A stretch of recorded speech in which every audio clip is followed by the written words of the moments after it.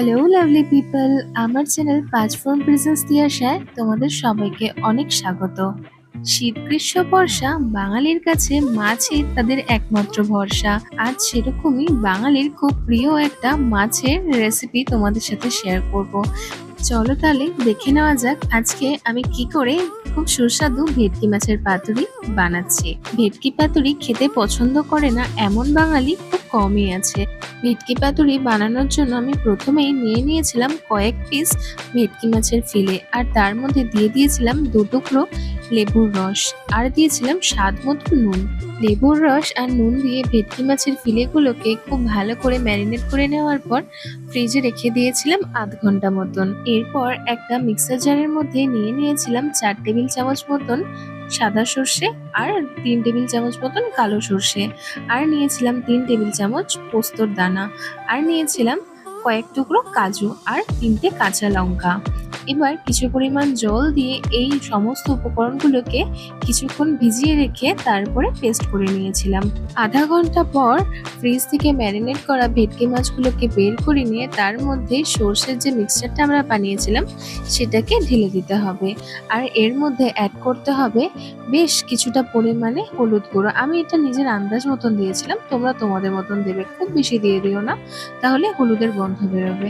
আর দিতে হবে বেশ অনেকটা পরিমাণ কাঁচা সর্ষের তেল, এই সর্ষের তেলেই কিন্তু আসল ঝাঁঝ আসে। আর দিতে হবে বেশ ২ থেকে ৩ টেবিল চামচ মতন গুঁড়ো দুধ। এই গুঁড়ো দুধটা দিলে কিন্তু ভেটকি মাছের পাতুরিটা খেতে আরো বেশি সুস্বাদু হয়।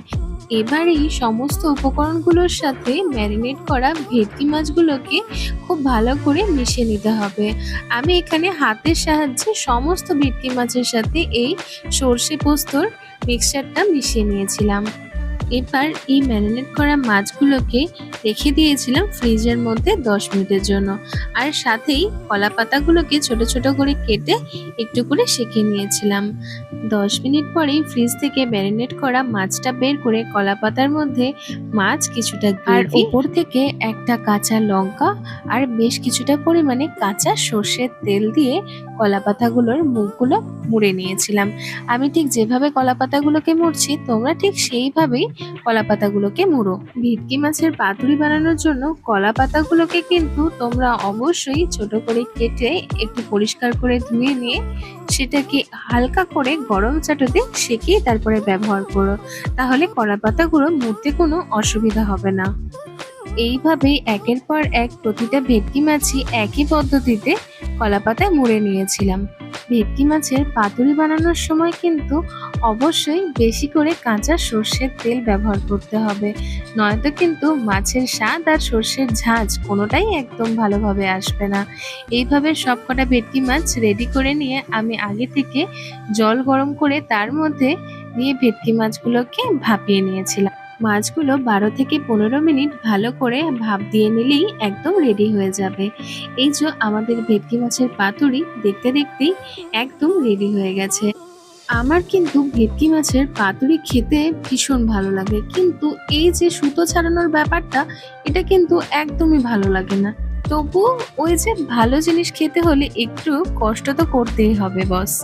বিশ্বাস করো, এই কলা পাতাটা খোলার পর এতটাই সুন্দর ঘ্রাণ বেরিয়েছিল, আমি তো বুঝতেই পারছিলাম না যে এটা আমি বাড়িতে বানিয়েছি নাকি বিয়েবাড়ির ভেটকি মাছের পাতুরির গন্ধ পাচ্ছি। দারুণ লাগছিল দেখতে। আর তারপরে যেই মাছটা ভাঙলাম, দেখো ভেতরটা একদম সাদা ধপধপ করছে। আজকে মাছটা ভীষণই ফ্রেশ ছিল, আর ফ্রেশ মাছ যত হয় খেতে ততটাই ভালো হয়। আর সত্যি আজকের এই ভেটকি মাছের পাতুরিটা খেতে ভীষণ ভালো হয়েছিল। তোমরাও আমার রেসিপিটা ভালো লেগে থাকলে একবার অবশ্যই বাড়িতে ট্রাই করে দেখো, আর আমাকে কিন্তু জানাতে একদম ভুলো না। Okay, that's it for today's video. ভিডিওটি ভালো লেগে থাকলে লাইক, কমেন্ট, শেয়ার, সাবস্ক্রাইব করে পাশে থেকো।